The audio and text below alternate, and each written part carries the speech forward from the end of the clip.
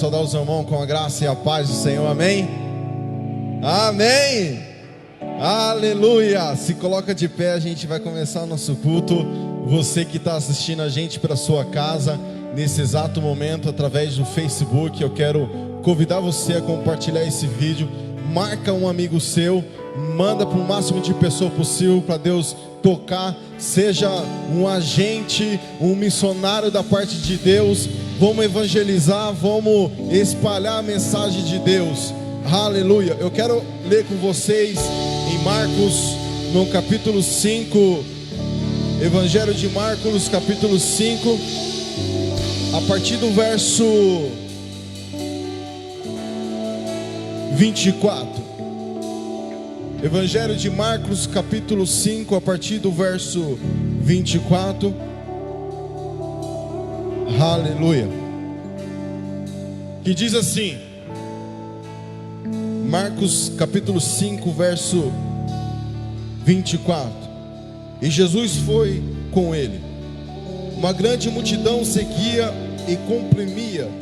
E estava ali certa mulher que havia 12 anos vinha sofrendo de hemorragia. Padeceram muito sob os cuidados de vários médicos e gastava tudo que tinha, mas em vez de melhorar, piorava. Quando ouviu falar de Jesus, chegou por trás dele, meio da multidão, e tocou no seu manto. Verso 28.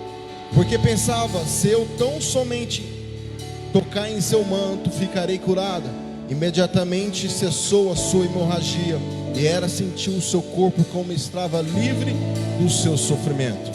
No mesmo instante, Jesus percebeu que dele mesmo saindo o poder. Virou-se à multidão e perguntou: quem tocou no meu manto? Respondeu os discípulos, diz: vê a multidão aglomerada ao seu redor e ainda pergunta: quem tocou em mim? Mas Jesus continuou olhando ao seu redor para ver quem tinha feito aquilo. Então a mulher, sabendo o que tinha acontecido, aproximou e prostou-se aos seus pés, tremendo de medo. Contou-lhe toda a verdade. Então ele disse: filha, a sua fé te curou. Aleluia. Eu quero chamar a sua atenção aqui. Esse texto, ele tem uma mensagem muito importante por trás. Porque existe uma mulher que durante 12 anos da sua vida ela sofria com uma hemorragia. E por ela sofrer com essa hemorragia, era uma pessoa que vivia excluído da sociedade. Todo mundo via ela como uma pessoa impura, uma pessoa que não podia exercer, não podia sair na rua. As pessoas, quando via elas, tinha como a gente está vivendo aqui hoje nessa pandemia, 1 metro e meio, 2 metros, as pessoas não chegavam, as pessoas não tocavam nela. Imagina, pensa comigo, você vivendo durante 12 anos da sua vida, sem tocar em ninguém, sem abraçar ninguém, sem beijar ninguém. A gente está vivendo 3, 4 meses sem abraçar as pessoas que a gente ama. Imagina essa mulher durante 12 anos, porque se alguém tocasse nela, se tornaria impura. Mas o que eu quero chamar a sua atenção hoje, essa mulher durante a sua vida inteira, ela gastou todo o seu recurso, todo sua finança para curar, para tentar se recuperar. Ela gastou em médico e colocou todo o seu recurso, mas a palavra de Deus diz que piorava cada vez mais.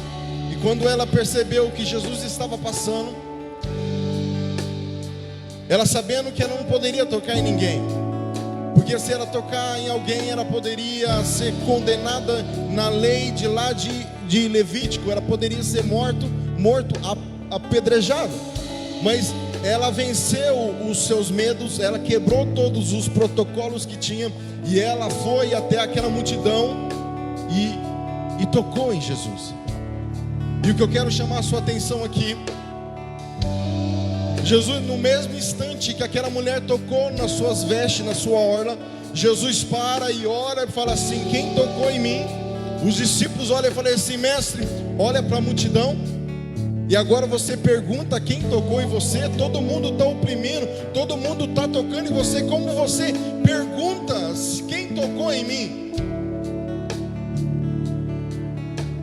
E Jesus falou assim: não, de mim saiu virtude. Então alguém tocou em mim de uma maneira diferente. Alguém me tocou de maneira diferente. E eu quero chamar a sua atenção aqui que na cultura judaica, apenas pessoas íntimas, apenas pessoas íntimas, tipo filho, filha, poderia tocar. Os judeus, ele tem uma orla que apenas famílias mais próximas podem tocar. E é interessante que essa mulher a toca nesse exato momento, nessa orla. E aquela mulher confessa a Jesus. E a palavra que Jesus fala para ela, fala assim: filha, filha, sua fé me salvou. Sabe que Jesus estava dizendo para ela: nós somos íntimos, porque você tocou. Você quebrou todos os protocolos, você quebrou tudo aquilo que estava impedindo você. E por isso que eu te chamo de filho. E o que eu quero chamar a atenção a você nessa noite, nesse momento é: quebra todos os protocolos. Se lança a Jesus. Ele está aqui nesse momento. Se esvazia de tudo e fala assim: Deus, se a mente tocar em Ti, e apenas tocar em Ti, eu vou ser curado, eu vou ser restaurado, eu vou ser transformado. Jesus está aqui. Ele não está lá fora, Ele está aqui. Então, se esvazia de si e fala assim: Deus, eu não me importo o que as pessoas vão pensar, eu não me importo o que as pessoas vão achar de mim. Eu quero levantar as minhas mãos e eu quero tocar o Senhor como nunca toquei antes. E o Senhor vai olhar para você e vai dizer: filha, filho meu, você, a sua fé te salvou. Receba, receba em nome do Senhor Jesus. Ei, xararabacão que anás. Espírito Santo, seja bem-vindo, Pai, neste lugar. Tu tem liberdade para agir, tu tem liberdade para nos tocar nesse momento. Eu quero, Senhor, que esse culto não seja mais um culto, mas que esse culto venha ficar enraizado em mim, porque eu quero te tocar como nunca te toquei antes. Eu quero te abraçar como nunca te abracei antes. Eu te amo em nome do Senhor Jesus. Aleluia.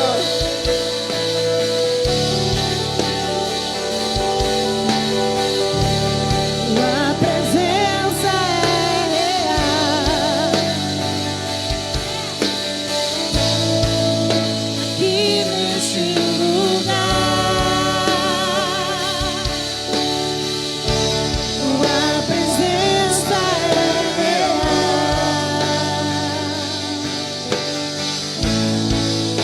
aqui neste lugar.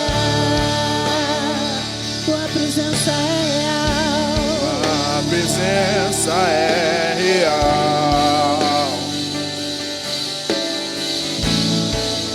Aqui neste lugar, a presença é real, aqui neste lugar.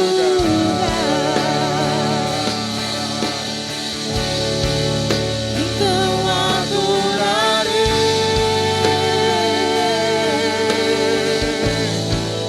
então eu louvarei,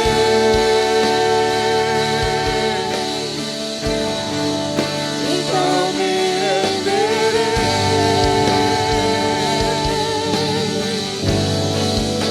totalmente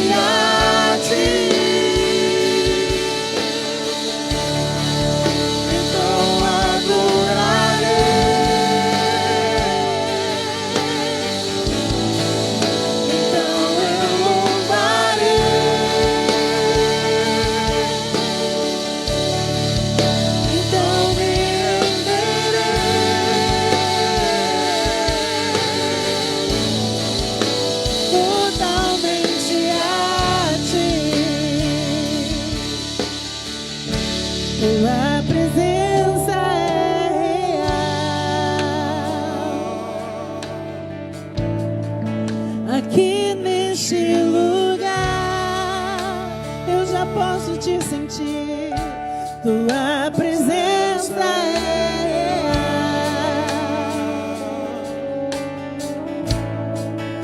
Aqui neste lugar, tua presença é real. Tu és real, o Espírito Santo, tu és real.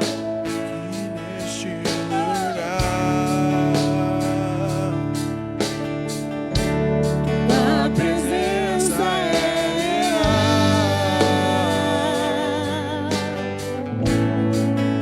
Aqui neste lugar.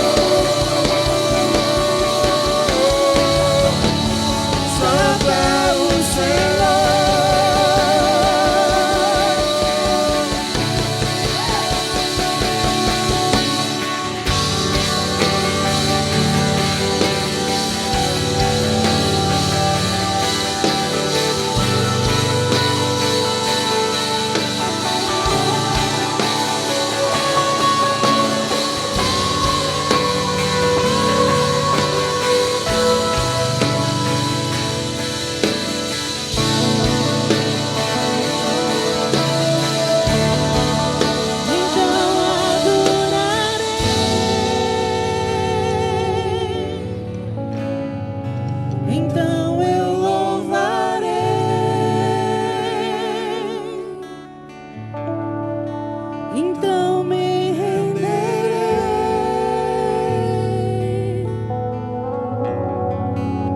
totalmente a ti.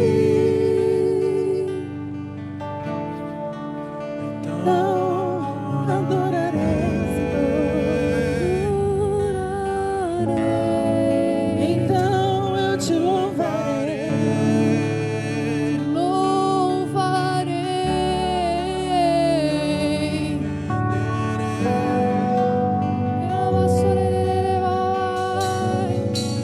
Totalmente a ti.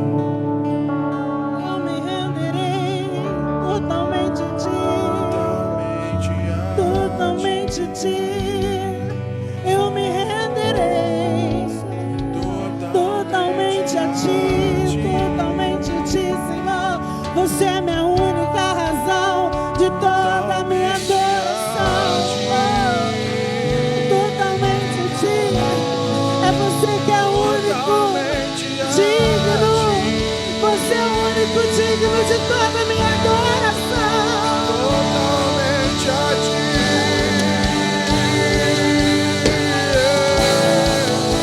Totalmente a ti. Totalmente a ti. Jesus. Totalmente a ti. Totalmente a ti, Jesus.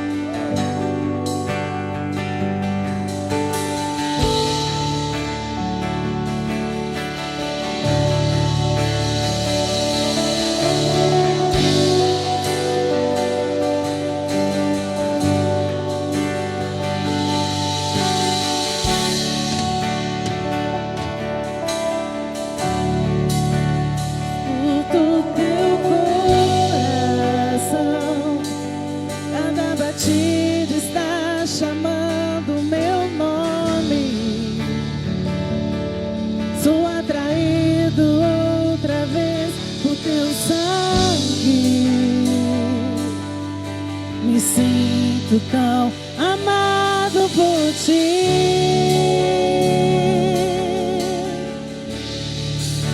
Me encontro em teu coração, pois você me aceitou pra sempre. Teu amor por mim é tão surpreendente. Me sinto tão amado por ti. Papai, é tão belo saber que sou filho e que tenho lugar em tua mesa. Não há nada melhor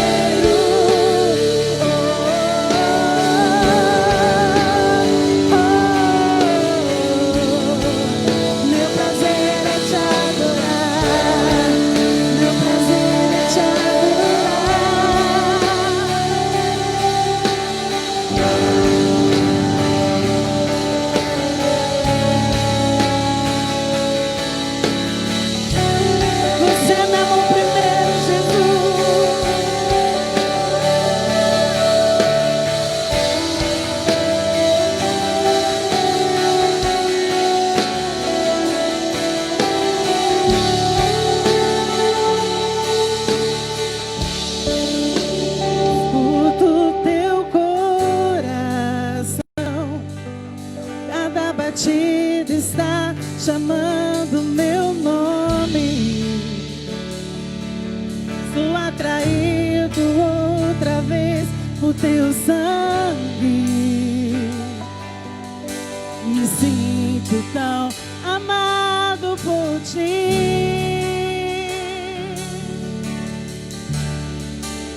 Me encontro em teu coração, pois você me aceitou pra sempre. Teu amor por mim é tão surpreendente. Me sinto tão amado por ti. Meu Pai, és tão belo saber que sou filho e que tens um lugar em tua mesa. Não há nada melhor que escutar tua voz dizendo nosso amor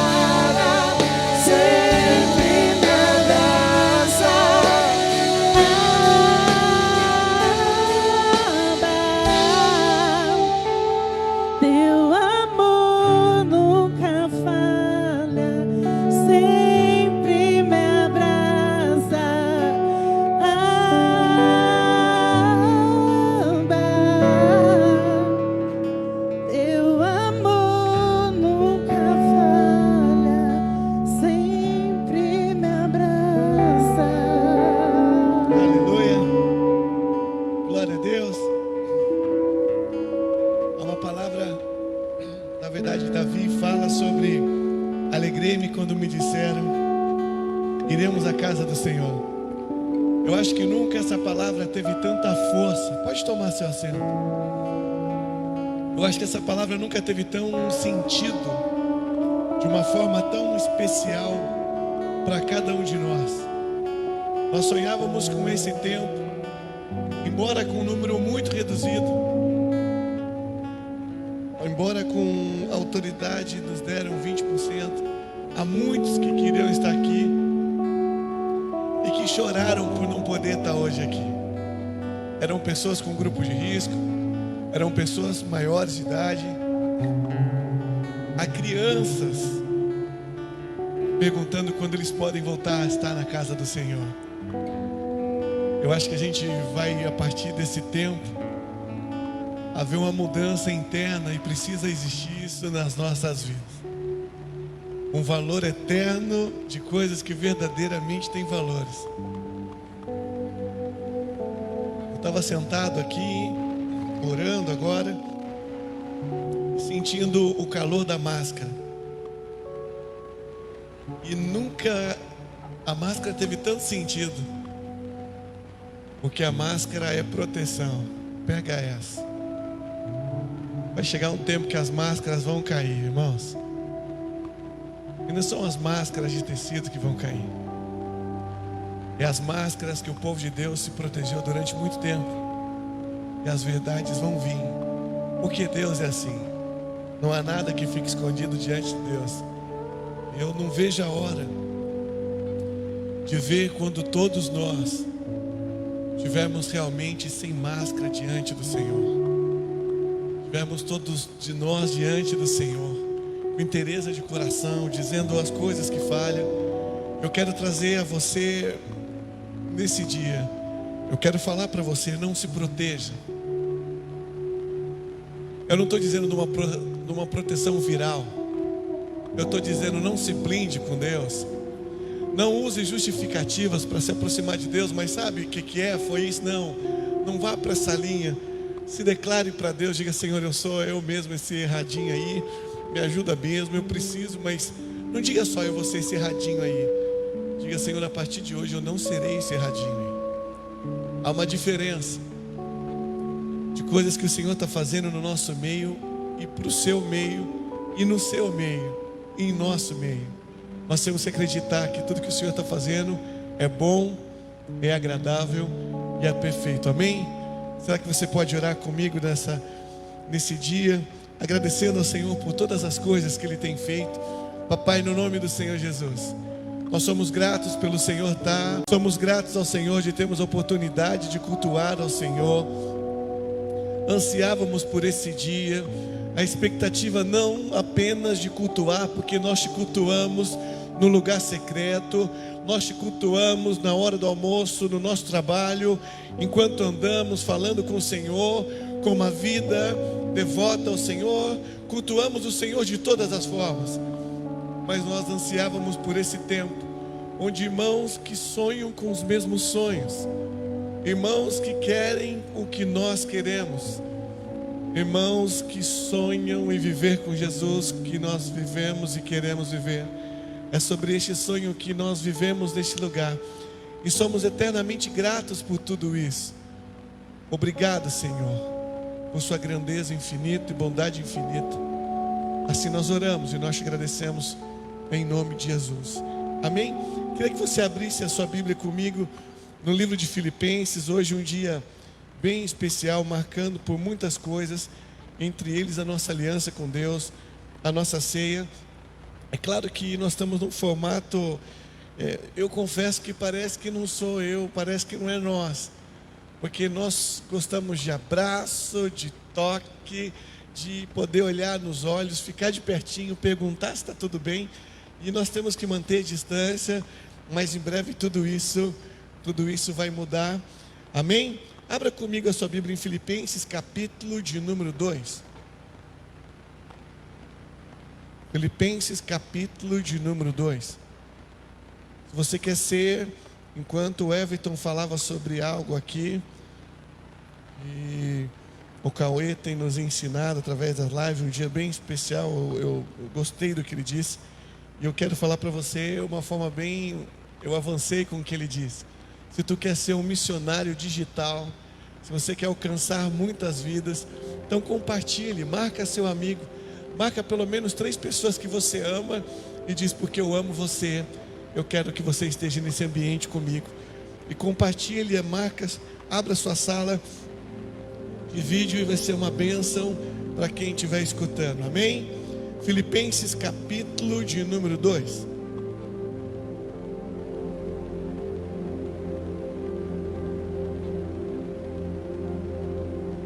Eu confesso que quando eu imaginava esse dia, eu pensava em ministrar uma palavra que dizia: e nós nos alegramos, e nós, e aquilo. Mas nós não podemos ministrar aquilo que nós queremos, nós temos que ministrar aquilo que Deus quer que você ministre. Essa é uma diferença daqueles que querem agradar homens e daqueles que querem agradar a Deus. Porque o púlpito não é feito para você agradar pessoas, o púlpito é feito para você agradar a Deus. E quando você começa a ter uma vida que agrada a Deus, então as coisas começam a acontecer na sua vida. Mas enquanto nós queremos agradar as pessoas com medo de tocar nas pessoas, então nós tiramos a chance de Deus tocar em nós e nas pessoas. Então você precisa entender que uma vida que agrada a Deus é aquele que faz a vontade que Deus quer que faça a vontade.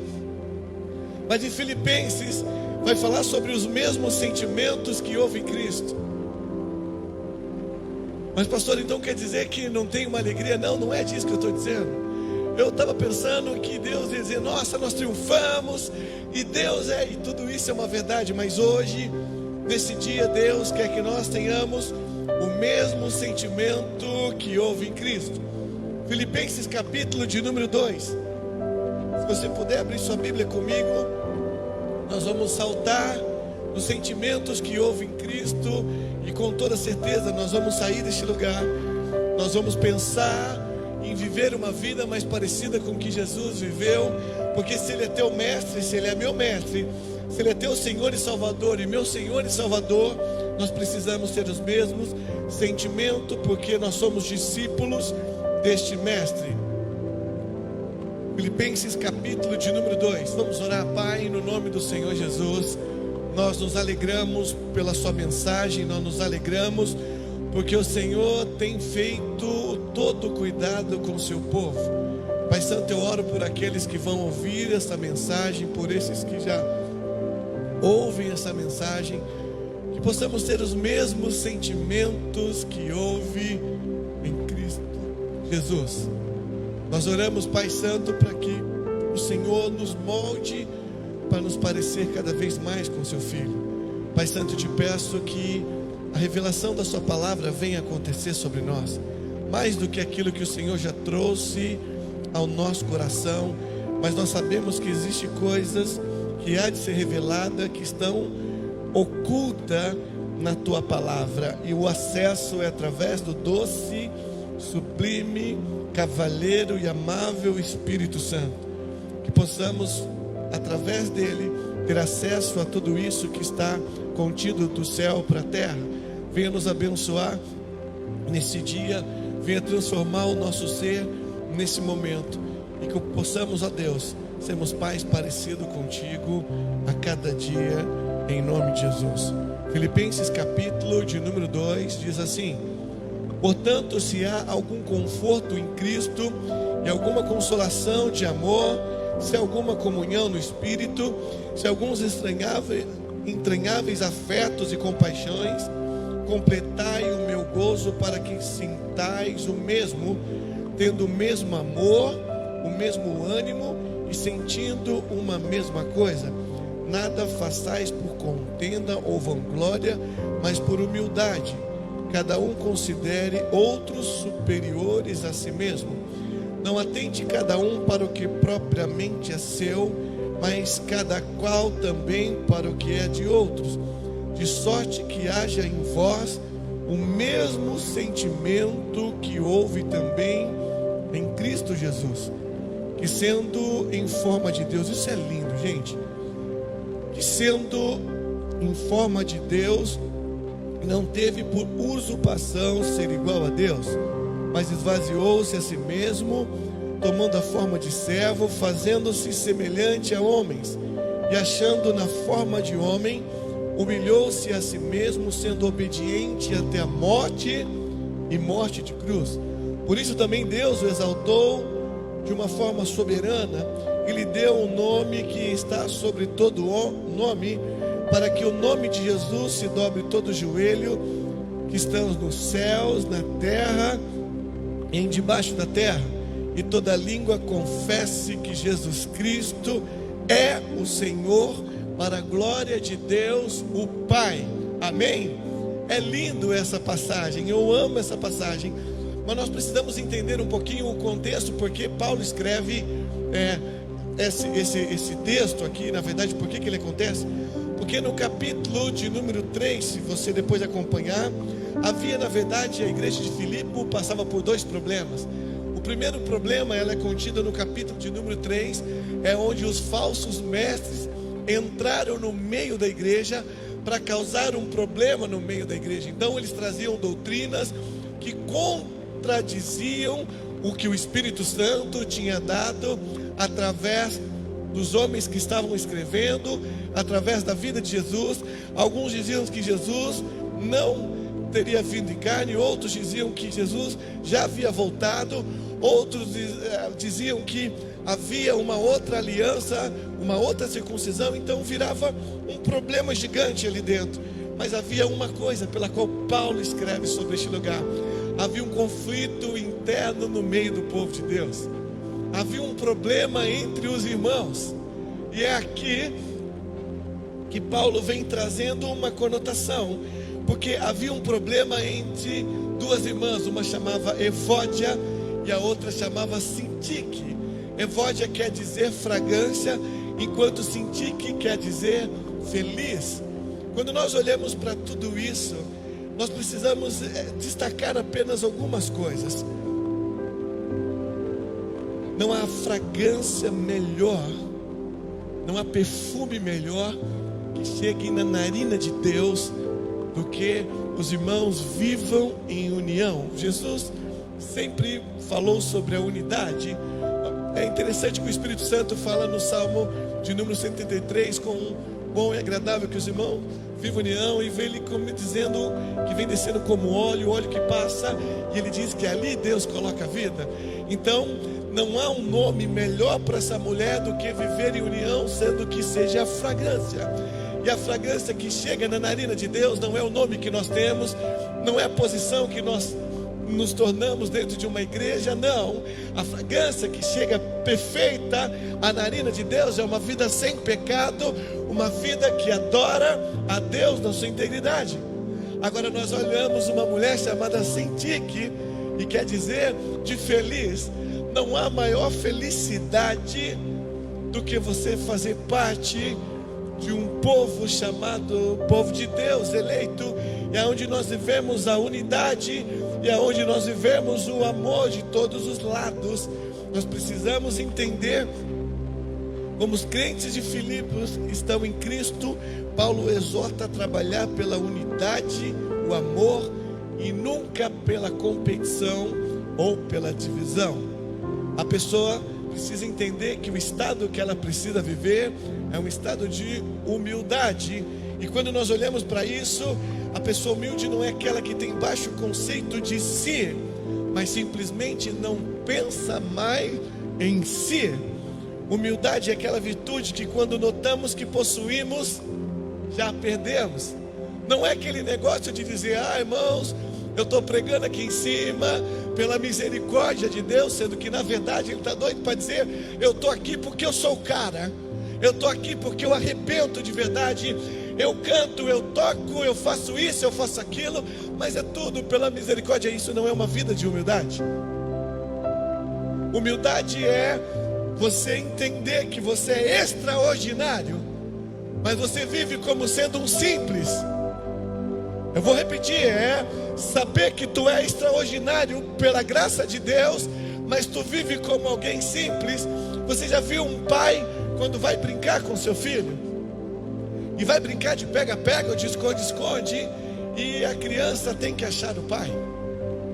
ou o pai tem que achar a criança. Então o pai se deixa ser achado ou se deixa ser vencido. Nós, como pai, homens, brincamos de lutinha com nossos filhos, e quando nós partimos para esse momento, eles são pequenininhos e nós fingimos que estamos perdendo, e eles vêm por cima e a gente diz: tu é forte, eu não vou aguentar. Na verdade a criança está num sorriso eterno, mas você está dizendo: que inocência, que simplicidade, porque ele sabe da força que tem, mas não exerce a força que possui. Então não é pensar menos de si, é pensar menos em si. Eu lembro que o Mateus era pequenininho, e se o Mateus perdesse era um problema para nós. Nós tivemos que tratar isso na vida dele. Ele não sabia perder, porque todas as vezes que nós brincávamos, deixávamos ele vencer, e aí ele ficava todo empolgado. Mas quando era minha vez para ensinar ele, pronto, aquilo já mudava. Nós precisamos entender que não é pensar menos de si, mas é mesmo em si. O olhar cristão tem que estar desviado de si próprio e focado sobre as necessidades dos outros. Uma mente submissa não significa que nós somos capazes de alguém. Não, somos servos uns dos outros. Mas Paulo vai dizendo que tenha o mesmo sentimento que houve em Cristo Jesus. E quais são esses sentimentos? No versículo de número 5, acompanha comigo aí novamente, capítulo 2 de Filipenses, no versículo de número 5, diz assim: de sorte que haja em vós o mesmo sentimento que houve também em Cristo Jesus, que sendo em forma de Deus, eu vou repetir, que sendo em forma de Deus, não teve por usurpação ser igual a Deus. Preste atenção. Jesus, mesmo sendo Deus, bendito, adorado pelos querubins, exaltado em glórias inacessível, pela comunhão que havia entre ele, o Pai e o Espírito Santo, ele não pensou em si. Como Deus, Jesus não precisava de nada, possuía toda a glória, louvor junto ao céu, de novo com o Pai e com o Espírito Santo, e ele reinava sobre o universo. Mas no versículo 6 diz que ele não considerou ser igual a Deus, ou não pensou de uma forma egoísta trazer o atributo pessoal de ser Deus. Não, a Bíblia diz que antes ele esvaziou-se a si mesmo. Olha que coisa profunda. Alguém que sabia quem era, mas quando habita no nosso meio, ele, a Bíblia diz, Filipenses, que ele se despoja de todo o poder de sua glória. Mesmo sabendo que ele era poderoso. Há uma vez que, quando pegaram, prenderam Jesus e falaram, Pilatos disse: quer que eu te solte? Ele disse: você nem sabe quem eu sou. Se eu quisesse. Em outras palavras, ele diz: se eu fosse usar meus atributos de Deus. E eu tenho uma prerrogativa que tem hora que eu acho que em algum momento isso escapou. Pastor, que blasfêmia você está dizendo? Calma, escute até o final. Há um momento antes da crucificação que só fala no Evangelho de João, quando chegam todos para prender Jesus e perguntam, vão perguntar se ele é Jesus, para prender Jesus. Ele vai dizer o mesmo, a fala que Deus falou com Moisés. Ele diz: eu sou. E a Bíblia diz, o relato, que naquele instante todos caíram. Eu acho que ele se recompõe e diz: deixa eu voltar aqui, que eu tenho que ensinar sobre a humildade. Nós precisamos contracenar a vida de Cristo e de Lúcifer, porque há uma diferença gritante, vocês sabem disso, que é dita em Isaías 14, e há uma forma gritante também entre Cristo e Adão.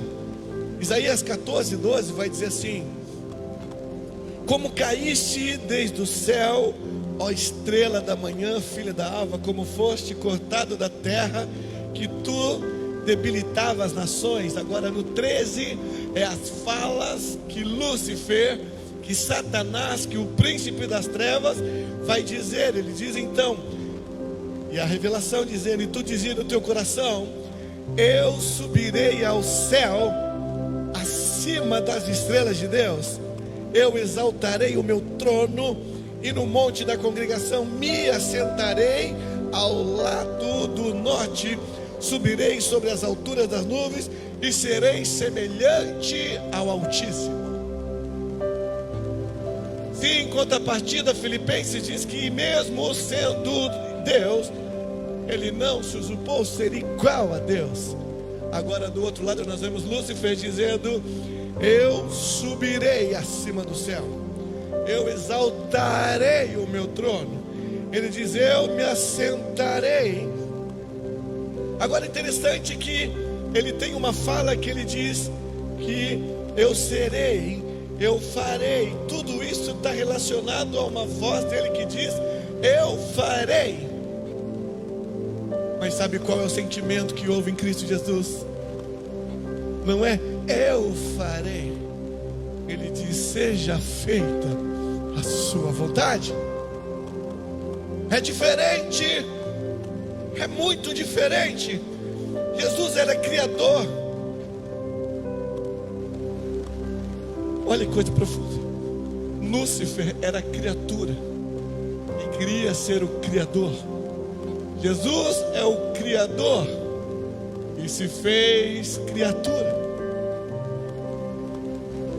Quando nós olhamos para a vida de Adão, quando Deus institui Adão, é outra coisa que nós precisamos olhar. Quando ele cria Adão, ele faz de Adão como o rei da criação. Ele diz: coloque o nome nos animais, domine sobre eles, reine sobre eles. Agora, quando nós olhamos para tudo isso aí, o que Adão fez foi se precipitar, jogando a humanidade ao pecado. Adão pensou em si, enquanto que Jesus pensou nos outros. Então você precisa entender que o primeiro sentimento que houve em Cristo é não pensar em si, mas pensar nos outros. O sentimento de um cristão, de realmente que tem uma vida de Deus, ele não pensa em si, ele pensa nos outros. Eu vou repetir o que eu disse. Não é pensar menos de si, mas é pensar menos em si. Sabe o que se chama empatia? É quando você se coloca no lugar do outro. Mas quando nós colocamos os nossos direitos em nossas frentes, quando nós colocamos a nossa necessidade de ser a prioritária, nós deixamos de ter o mesmo sentimento que houve em Cristo. Aliás, no Novo Testamento encontramos mais de 20 vezes as instruções de Deus sobre a maneira que devemos viver uns com os outros. Ele diz: preferi-vos em honra uns aos outros, edificai-vos uns aos outros, levai a carga um dos outros e perdoai uns aos outros. Então a palavra-chave, o vocabulário de nós como povo de Deus sempre terá que ser uma mente submissa. Outros, outros, outros. Esta é a palavra que tem que encharcar o seu coração. O evangelho sempre é amar a Deus acima de tudo e amar o próximo. Então é amar os outros. Nunca foi de eu para eu e eu. E toda vez que colocamos o eu, e a palavra grega eu vem da origem de ego. A palavra é ego, sou eu. Por isso que o egocêntrico perdão, o egocêntrico é eu em tudo, e eu sou superior a tudo, e eu sou o centro que precisa de todas as atenções. Se nós não entendemos isso, nós vamos viver uma vida conflitante, realmente com a vida voltada para o Senhor. Mas qual o segundo sentimento que houve em Cristo Jesus? Ele está no versículo de número 7. Diz assim: mas esvaziou-se a si mesmo, tornando-o em forma de servo.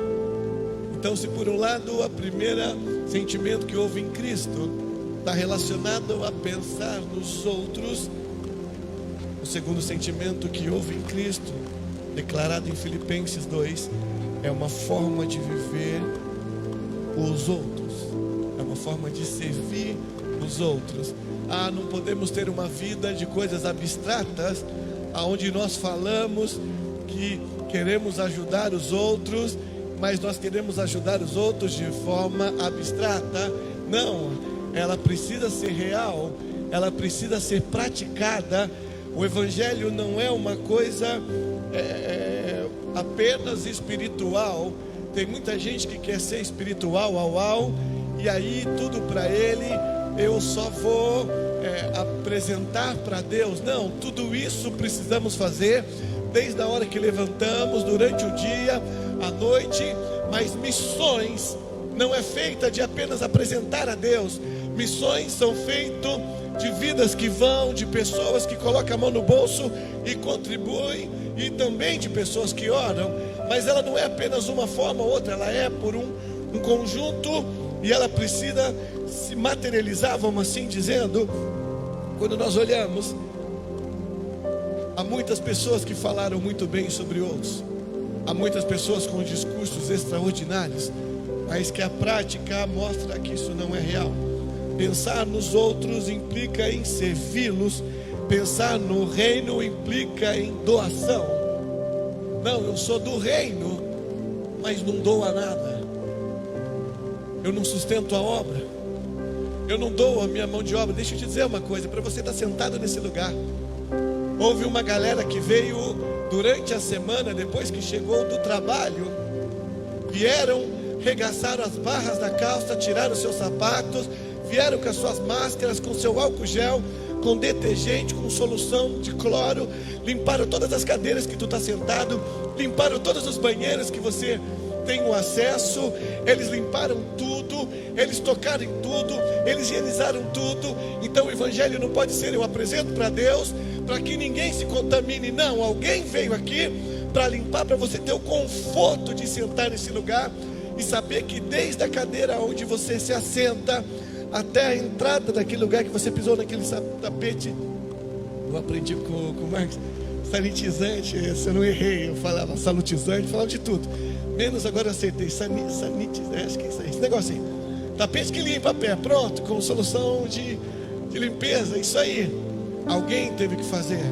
Para nós escutarmos o louvor disso aqui, tiveram que chegar muito mais cedo que nós chegamos aqui, para que eles pudessem se preparar, as vozes, os dedos, tudo é feito. Então nós não podemos só dizer que nós pensamos nos outros, ou que nós somos do reino, se nós não entender que nós precisamos servir. E servir implica às vezes em doar a vida financeira, doar a vida espiritual. Pessoas que passam, pessoas que são que estão pela intercessão aqui, que eu estou nos grupos e vejo, estão as madrugadas orando para que esse dia fosse abençoado para cada um de nós. Mas a Bíblia diz sobre um homem chamado houve um homem chamado Jean-Jacques Rousseau. Ele ensinou que o homem é bom, ele era um filósofo, ele ensinou que o homem é bom por natureza, mas ele mesmo não foi bom. Ele falava que o homem era bom, mas ele não foi bom. Ele abandonou seus filhos, deixando-os na miséria. Um homem que defendia que o homem era bom por natureza e não precisava de Deus. Mas ele mesmo provou que isso não era verdade, porque ele apenas falava uma coisa e não praticava as coisas. O Evangelho de Deus não é apenas falado, ele é praticado. E também não pode ser só praticado, você precisa falar do amor de Deus para alguém. Isso é um conjunto. Karl Marx pregou uma sociedade justa. Karl Marx, esse que tem uma ideologia, e as pessoas vêm dizendo que eles querem uma sociedade justa, e isso, mas preste atenção, ele deixou sua família passando amargas necessidades. Ele não passou amargas necessidades, mas a sua casa passou. O seu prazer foi acima de tudo, a sua vontade foi soberana, mas ele não olhava para a esposa, ele não olhava para os filhos, ele não olhava para a necessidade de ninguém, ele pensava em si. Ele queria ser servido, mas não servia ninguém. Há uma frase que nós defendemos aqui no Ministério Vida Plena: se tu não serve para servir, também não serve para ser servido. Pega essa, eu vou repetir: se tu não serve para servir, também não serve para ser servido. Para esse Karl Marx, era fácil uma sociedade justa quando o justo é no conceito dele e não pratica com ninguém. Mas muitos filósofos famosos escreveram coisas até muito bonitas a respeito da educação dos filhos, mas todos eles abandonaram os seus. Para eles era fácil amar criança em termos abstratos, mas quando era no campo da prática, a figura muda. No reino de Deus, não podemos viver o abstrato, ele precisa ser o real. Tem muita gente com fala, pega essa aqui, tem muita gente com fala encantadoras, mas seus frutos contradizem o que pregam, o que falam e o que vivem. Eu vou repetir: há muita gente com falas extraordinárias, e se você olha ele dizendo de Deus, você se apaixona por Deus. Se você olhar ele falando as coisas que ele acredita, você fala, uau, eu até... Mas quando você observa o plano real, as coisas é diferente. Então ele fala bem, mas os frutos da boca contradizem o que prega, o que fala e até o que vive. Só que Jesus pensou nos outros e tornou-se servo. Ele aniquila a si mesmo, ele destrói a si mesmo, ele zera tudo isso. Ah, queridos, nós precisamos entender muitas coisas da parte de Deus. Quando Jesus ele anula, ele se torna permanentemente humano num corpo físico sem pecado, mas num corpo que o leva a ser servo, do céu à terra, da glória à vergonha, de Senhor a servo, de vida à morte e morte de cruz. Esse foi Jesus. Enquanto muitos falavam, ele praticava. Enquanto muitos falavam coisas bonitas, ele praticava a servidão na sua íntegra. E a maneira de nós acalmarmos os problemas que Paulo está dizendo no meio do povo de Deus. E esses problemas também servem para dentro da sua casa.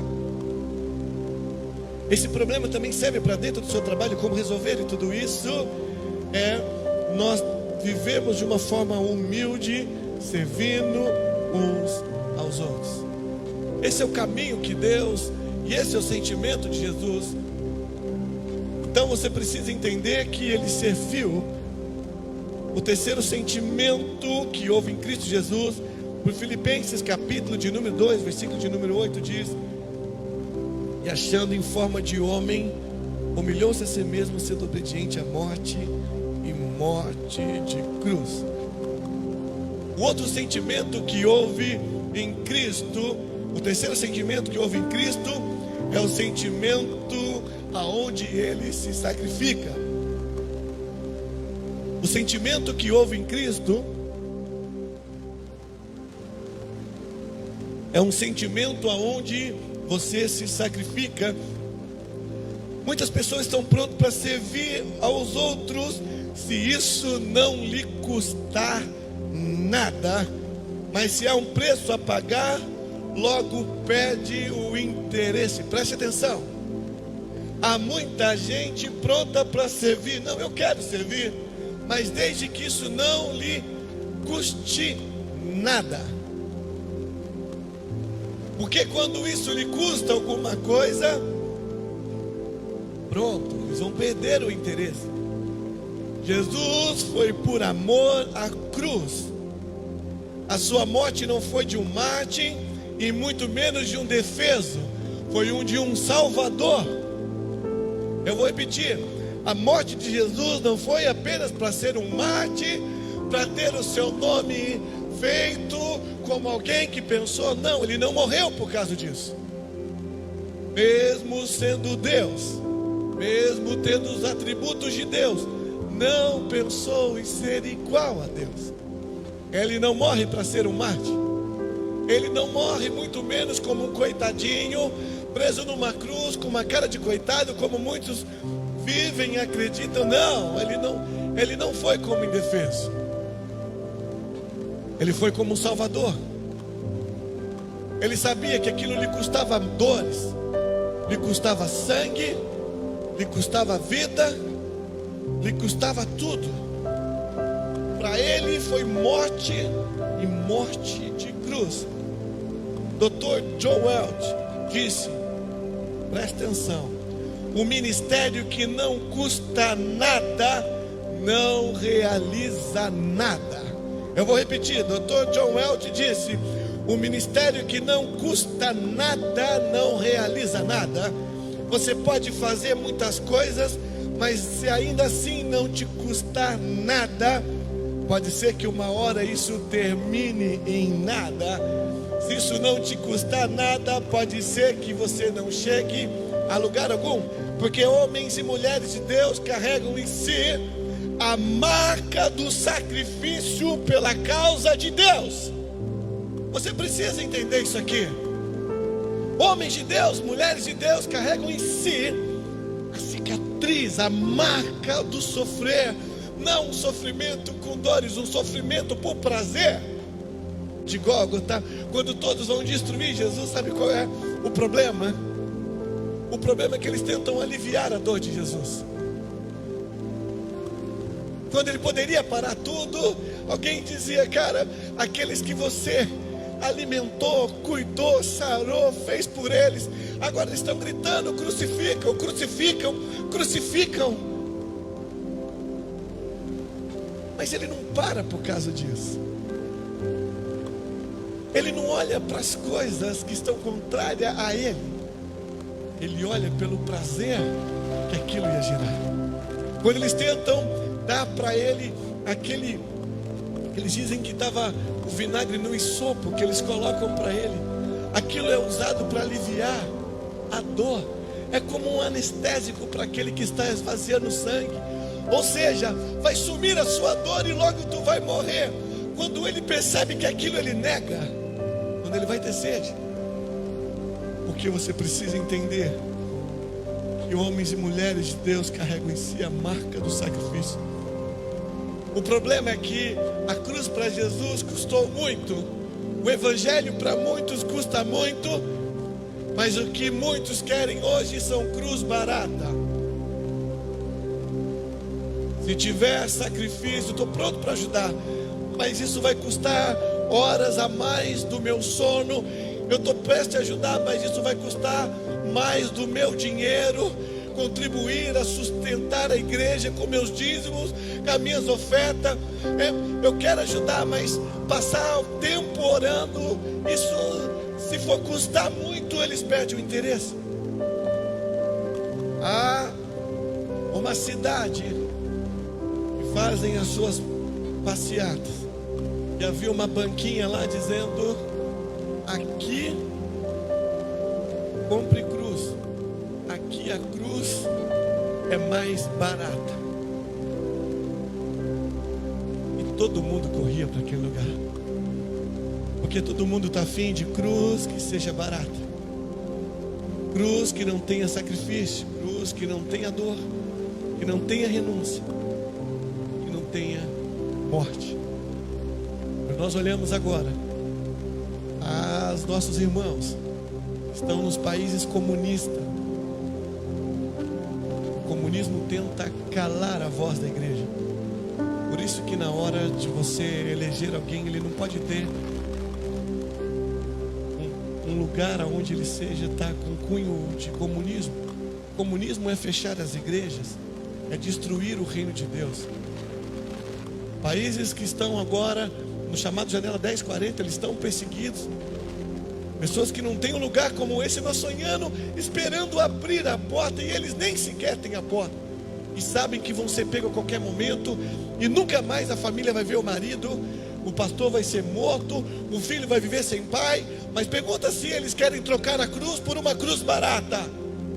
Não, eles não querem cruz barata. Eles querem a verdadeira marca do cristão. A cruz. O evangelho é constituído por lágrimas, e meio a lágrimas, suor, dor e até mesmo a própria vida. A cruz de Jesus não foi barata. A pessoa que tem uma mente submissa, ela não evita o sacrifício, ela vive para a glória de Deus. O apóstolo Paulo, Gálatas 4,19 diz: tudo sofro por causa do Evangelho, sofro dores de parto até Cristo ser formado em vós. Pergunte para uma mulher o que é dor em um parto. Se ela teve parto normal, ela pode explicar de uma forma muito mais profunda o que é isso. O último sentimento, o quarto último sentimento que teve em Cristo Jesus, é um sentimento que glorifica a Deus. Querido, eu vou ler aqui com você, mas o sentimento que houve em Cristo tem que glorificar a Deus. Esse é o problema, que nós nos perdemos no meio do caminho. Nós queremos reconhecimento e nós esperamos que as pessoas deem importância por aquilo, mas nós falamos no início aqui. A vontade era trazer uma mensagem da alegria e da volta, mas nós estamos submissos à vontade de Deus. Então, quando você entende que é Deus que tem que ser glorificado, então você não se preocupa com essas coisinhas. Assim nosso coração ele é permeável por uma alegria maior do que nós imaginamos, porque nós estamos presos no Senhor.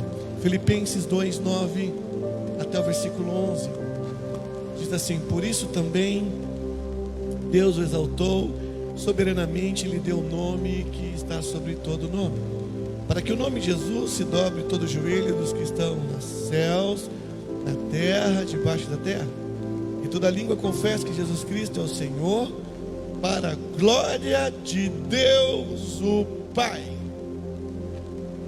E não disse para a glória daquele que estava realizando essas coisas, nem por aquele que realizou aquelas coisas.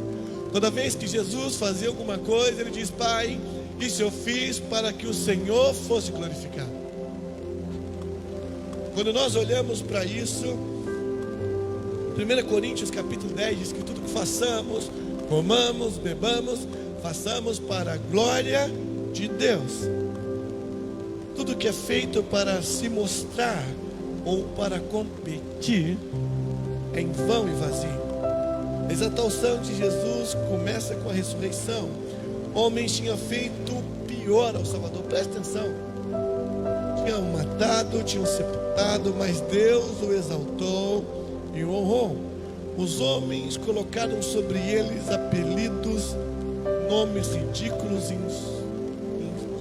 insultos, mas o Pai lhe deu um nome glorioso, nome que está sobre todo o nome, aonde todos que vão ouvir esse nome se dobrará no céu, na terra e debaixo da terra.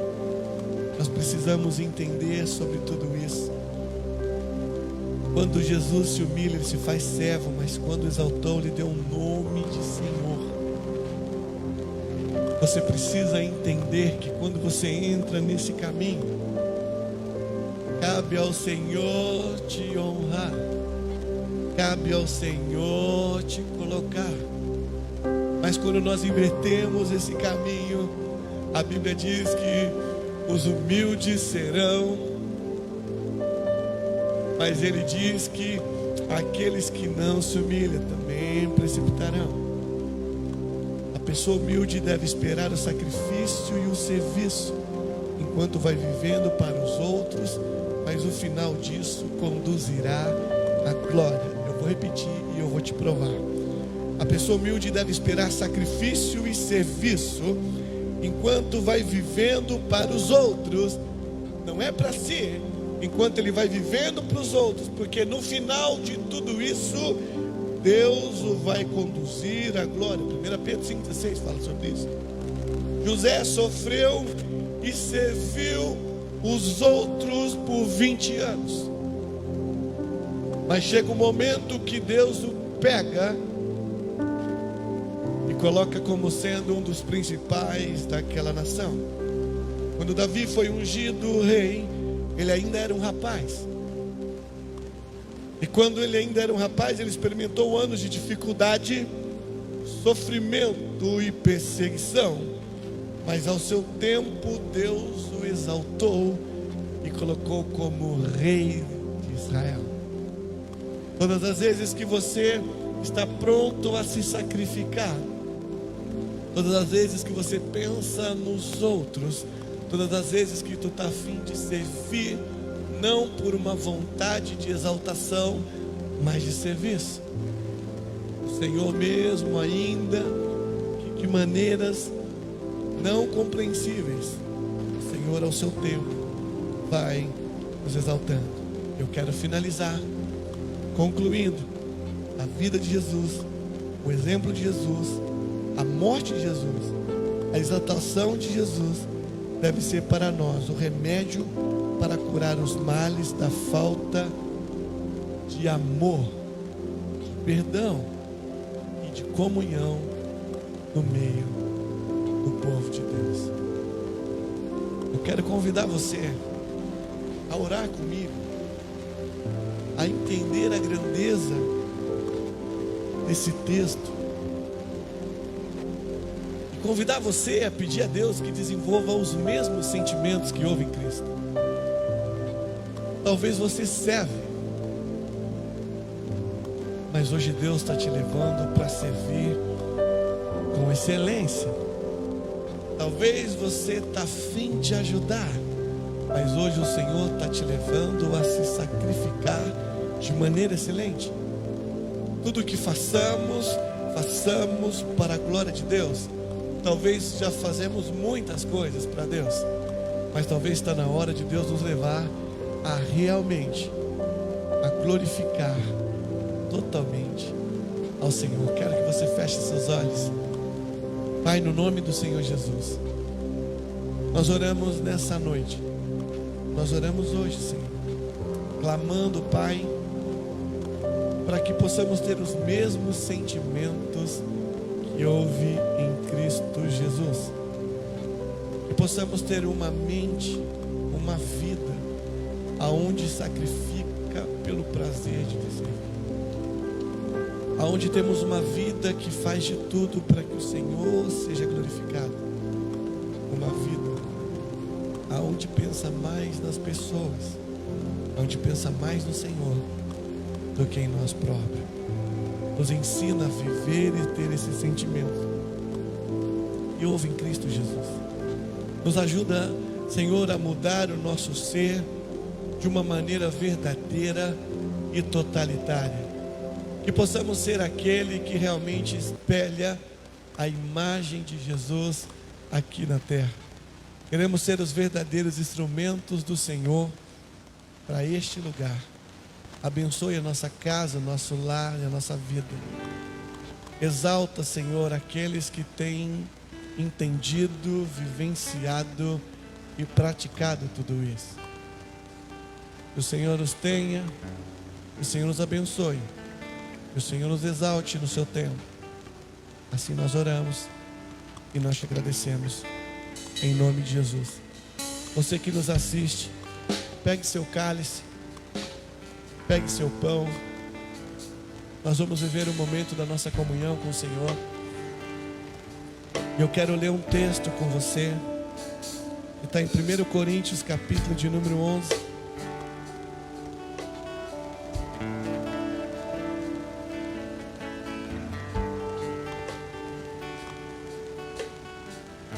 Primeiro Coríntios 11, 28 diz: examine-se, pois, o homem a si mesmo, e assim coma deste pão e beba deste cálice. Esse é o momento de você refletir o que você tem feito com a sua vida, você tem vivido diante do Senhor. A Bíblia diz: examine-se, pois, o homem a si mesmo. Tudo que nós lemos até aqui era o homem em favor de outros homens, mulheres em favor de mulher. Tudo que nós lemos foi os outros. Mas na hora do julgamento, a Bíblia diz que já não é mais os outros que nós vamos olhar, é para nós que nós vamos olhar. Nós não podemos inverter esse papel. na hora de olhar é os outros e na hora de servir eu quero ser servido. Não, o reino de Deus não é assim. O reino de Deus é eu olho os meus defeitos, me apresento com Deus e me conserto com Deus e abandono o erro. E agora sim eu olho para os outros, ajudo os outros, perdoo os outros, conforto os outros e vivo em favor dos outros. Esse é o reino de Deus. Quero convidar você nesse momento a orar, a falar com Deus, enquanto você pega os elementos, os que estão aqui. O diaconato vai servir vocês. Vocês não precisam se levantar, pode ficar no cantinho, tá bom? Tá tudo com procedimento para você não tocar. Eles vão entregar para você da forma segura, higienizada. Mas mesmo assim você comece a falar com Deus, comece a entrar nesse momento, comece a refletir como tem sido esses dias de quarentena para a sua vida. Pode servir, queridos. Ninguém coma ainda antes de nós consagrarmos ao Senhor. Mas comece a olhar para você, comece a refletir como que você tem vivido diante do Senhor. Hoje é dia de aliança, dia de arrependimento, dia de conserto, dia de reparação. Você pode olhar para Deus, você pode viver com Deus, só depende de você. A sua atitude, eu quero convidar você a abandonar o seu erro. Há um erro que todo ser humano quer fazer. Quando erra, foge de Deus. Quando errou no jardim do Éden e Deus pergunta: Adão, onde você está? Todos os dias anteriores estava Deus com Adão e Adão com Deus. Mas quando Adão peca, é natural a fuga. Mas Deus não chama para ele ficar na fuga. Deus arruma um conserto. E havia o derramamento de sangue naquele momento. Mas você pode ver que Deus cobre ele com uma veste, porque ele diz que ele se sentiu nu. E Deus faz uma pergunta: como que você soube disso? Isso é fruto da desobediência comigo. O problema é que nós queremos mudar esse conceito. Eu não estou dizendo para você pegar o cálice e continuar numa vida de pecado, porque a Bíblia também diz: porque o que come e bebe indignamente, come e bebe para a sua própria condenação, não discernindo o corpo do Senhor. Há uma diferença entre o arrependimento e você passar por cima, como não se custasse nada ao que nós vamos viver agora. Mas há um convite de Deus dizendo que chamou os filhos, e por não quiserem, ele começou a chamar todos aqueles. Há uma parábola que Jesus diz lá do banquete. Então o convite é para nós pecadores. O convite é para nós que queremos o arrependimento. Ei, se você está cansado dessa vida que você está levando e você está a fim de abandonar, faça hoje o concerto com Deus. Pega o cálice, prepara o líquido, prepara o pão, e nós vamos fazer aliança com o Senhor. Vamos entrar nessa atmosfera de adoração a Ele.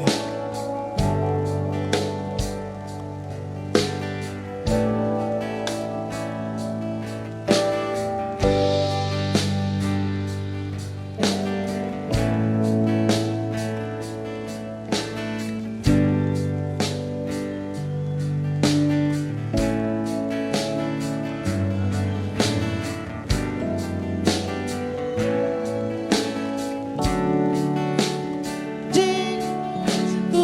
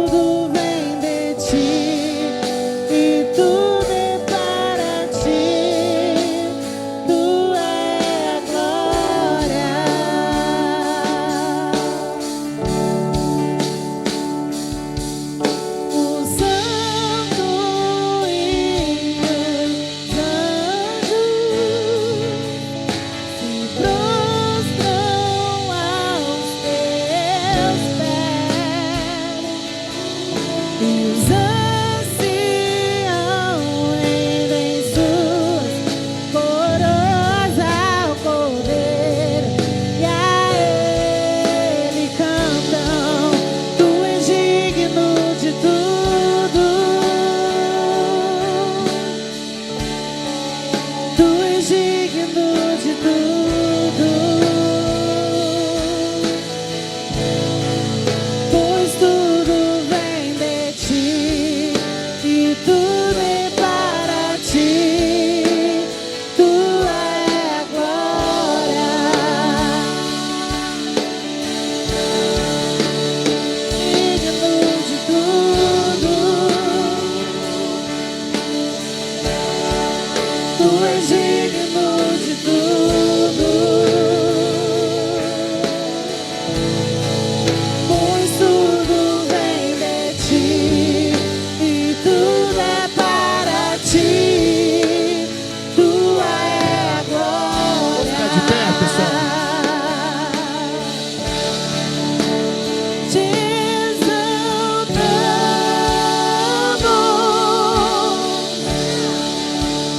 te exaltamos,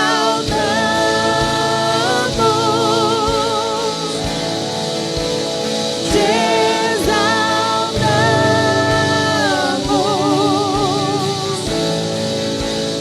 ó Senhor,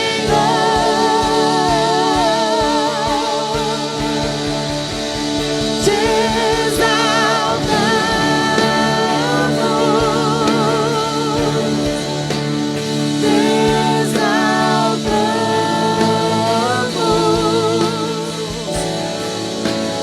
te exaltamos,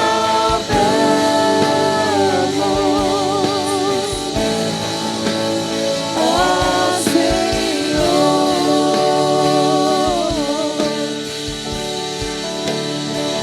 Aleluia.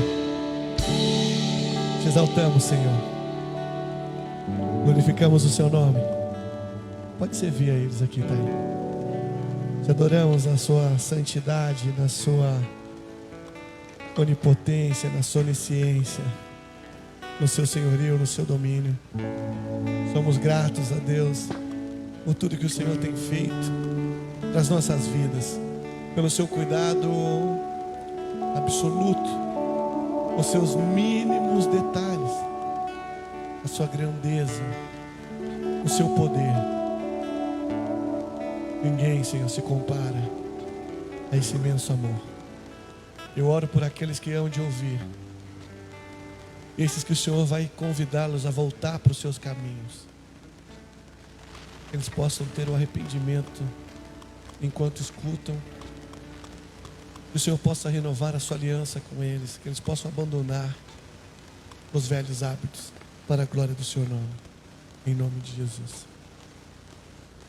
Todos pegaram, estão aí. Nós vamos orar ao Senhor agradecendo, nós vamos consagrar. Apresente ao Senhor os seus alimentos, Pai, no nome do Senhor Jesus. Nós apresentamos, Senhor, o pão, o cálice, aqueles que nos assistem, que agora seguram os elementos, o cálice e o pão, que representa, Senhor, a nossa aliança, o sacrifício do Cordeiro, o Cordeiro que tira o pecado do mundo e que nos dá a paz. Somos imensamente gratos pelo seu sacrifício, Senhor. Hoje nós voltamos à sua casa, hoje nós estamos aqui e com essa aliança poderosa aguardamos com a expectativa desse dia. Senhor, a todos aqueles que seguram conosco a aliança, que representa através do cálice e do pão, que hajam derramado a sua unção sobre esses elementos agora, aonde possa haver quebras da maldição, aonde pode haver a cura, aonde pode haver a graça abundante da sua presença, aonde haja paz, harmonia, prosperidade, aonde tudo que foi conquistado na cruz, através do sacrifício, da morte, da ascensão, da ressurreição, da glorificação de Jesus, do seu sangue, venha sobre esses elementos agora. E que ao participar, Senhor, a nossa aliança seja eterna com o Senhor agora. Recebe em nós, recebe o nosso mover, a restauração dessa aliança em nome de Jesus. Hoje nós vamos fazer de um momento diferente, porque o nosso horário se avança. Então hoje eu vou falar tudo, nós vamos comer o pão e dessa vez participar o cálice de uma só vez, tá bom? Porque eu recebi do Senhor o que também vos ensinei, que o Senhor Jesus, na noite em que foi traído, tomou o pão e, tendo dado graças, o partiu e disse: tomai e comei, isso é meu corpo que é partido por vós, fazei isso em memória de mim. E semelhantemente também, depois de haver ceado, tomou o cálice, dizendo: este é o cálice do Novo Testamento no meu sangue. Fazei isso todas as vezes que beberdes em memória de mim. Porque todas as vezes que comerdes esse pão e beber este cálice, anunciai a morte do Senhor até que Ele venha. Querido, nós não vamos trocar cálice como é o nosso costume. Nós vamos agradecer ao Senhor nesse instante. E aí você vai participar do pão e do cálice dessa aliança poderosa com Deus. Pai, recebe-nos. Recebe-nos através dessa graça. Recebe-nos através dessa bendita aliança. Obrigado, Senhor Jesus, pelo seu sacrifício, pela sua obediência, porque o seu sentimento de servir, de sacrificar em favor dos outros, foi a mensagem dessa noite. E que essa atitude que vamos participar é prova interina daquilo que você não apenas falou, mas daquilo que você viveu e praticou. Nós te agradecemos em nome de Jesus. Participamos.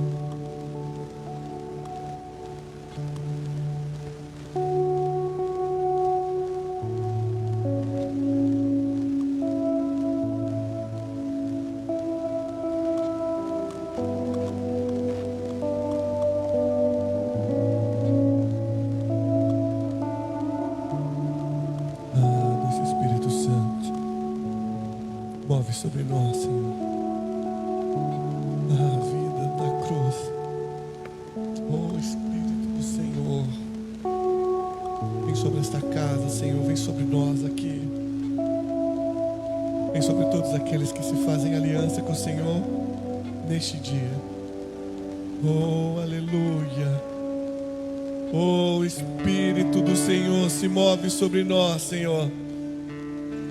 Oh, Espírito do Senhor, se move sobre nós. Se move, Senhor. Oh, Jesus eterno. Obrigado, papai. Oh, Espírito do Senhor. Oh, Espírito do Senhor.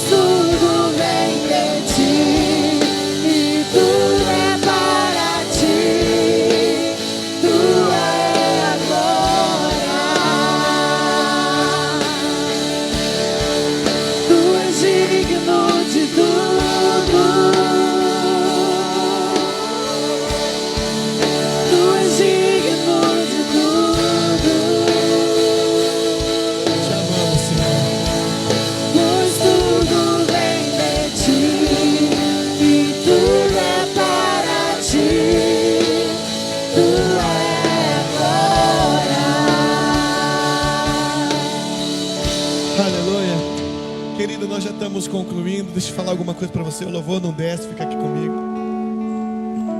Agora é hora de nós, como igreja, pensar nos outros. Agora é hora de você, povo de Deus, pensar em outros. Agora é hora de você pensar em ajudar a igreja a permanecer de portas abertas para alcançar outros. Agora é hora de você contribuir para que esse projeto continue a tocar a vida dos outros.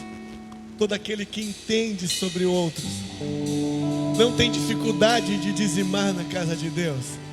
Mas quando nós permanecemos no ego, no eu, se eu der vai faltar, se eu, então você está no eu. Mas todos aqueles que entendem e pensam nos outros, permaneceu a igreja com a porta aberta, mas aqueles que entenderam e pensavam nos outros, continuou a obedecer o chamado que Deus. E se Deus está te chamando para ser um mantenedor, se Deus está te chamando para você dizimar, ofertar na casa de Deus, para você ser alguém que pensa em outros, então pode viver isso, porque Deus é quem sustenta isso. O Evangelho de Mateus 13:58 diz: e não fez ali muitas maravilhas por causa da incredulidade deles. Há uma maneira que impede o agir de Deus na vida financeira ou milagre nas nossas vidas. É quando nós não acreditamos. Quando você não acredita que Deus é capaz de sustentar a sua casa, Ele não vai sustentar a sua casa. Quando você não acredita que Deus é quem pode tocar na sua vida e curar você, Deus não vai curar você e não vai tocar na sua vida. Quando você não acredita que Deus vai romper a sua célula, então Deus não vai romper a sua célula. Quando você não acredita que Deus vai fazer isso, Deus vai fazer aquilo, a incredulidade impede as maravilhas de Deus vir sobre nós. Mas quando Deus está te chamando, se essa fé está te movendo, se esse fogo está te queimando, então você assume seu papel. Porque não é uma questão apenas de ser abstrato, o Evangelho é real. Não é, eu gostaria de ajudar, eu ajudo. Eu gostaria de fazer, não, eu faço. O Evangelho não é para as pessoas que querem viver o abstrato. O Evangelho é para aqueles que entendem de pôr a mão na massa e viver o plano real. Eu quero convidar você. Nós vamos orar, nós vamos abençoar. Nós não podemos nos abraçar. Você também não vai poder ficar aqui. Você vai precisar ir. Nós vamos orar para Deus prosperar você, a sua semeadura, conforme fomos saindo de forma responsável, fileira por fileira. Então lá no fundo você não vai trazer mais aqui. Hoje está diferente, você vai deixar lá. E que o Senhor te abençoe e te prospere. Você que está nos assistindo, você pode fazer isso de forma de transferência, depósito bancário. Semana que vem você pode estar nesse culto. Se nós tivermos que mover, e agora é hora de nós entendermos isso, aqueles que vieram hoje, se chegar não ter vaga, nós vamos dar preferência para aqueles que ainda não vieram. Mas dê seu nome, você que está aqui. Mas eu quero a compreensão, porque a hora de passar, eles estão lá higienizando. Então você não vai ter problema de você pôr a mão e você vai passar álcool gel antes de tocar também. Então eu quero orar por você. A palavra do Senhor nos convida a sermos alguém responsável na obra de Deus. Alguém entende que a prosperidade é uma atitude e não é um desejo. Eu queria que as coisas acontecessem na minha vida. Por que Deus não faz isso? Porque Deus não move por um desejo, Deus move por uma atitude. Quando eu tinha empresa durante 17 anos, materiais de construção, o sonho de tocar em vidas não podia ficar só, Senhor, eu tenho um sonho de tocar na vida. A atitude é, então abre mão de tudo, Alisson. Abre mão de tudo que eu te sustento. E quando nós começamos esse trabalho, começamos o trabalho com 3 pessoas. Eu deixo o material de construção e logo depois minha esposa deixa o gerenciamento de banco e vivemos, porque nós não ficamos apenas no pensar, nós estamos na prática do agir. E se você é a vida plena, você não pode ficar só no pensar. Se você é reino de Deus, você não pode ficar só no pensar, você tem que agir. Pai, no nome do Senhor Jesus, segura a sua oferta. Pai, no nome do Senhor Jesus, nós abençoamos a semente, que ela diz que ela prospera quando entregamos para o Senhor. que possamos ter colheita para os próximos meses, para os próximos anos e por todo o sustento que o Senhor tem para o nosso povo. O Senhor me deu uma palavra no início da pandemia, que depois da pandemia nosso povo viveria os maiores e melhores milagres da sua vida. Que essa palavra seja liberada, Senhor, sobre a vida de todos eles, que eles possam viver esse novo tempo, esse novo milagre. Abençoa, Senhor, agora a oferta, abençoa a ida do seu povo, abençoa, Senhor, que possamos ir embora debaixo da graça poderosa que o amor do Pai, que a graça do Senhor Jesus e o consolo eterno do doce e amado Espírito Santo repouse sobre cada um de vós, em nome de Jesus. Enquanto nós adoramos ao Senhor, Deus abençoe a sua vida. Nós vamos liberar esse primeiro lugar.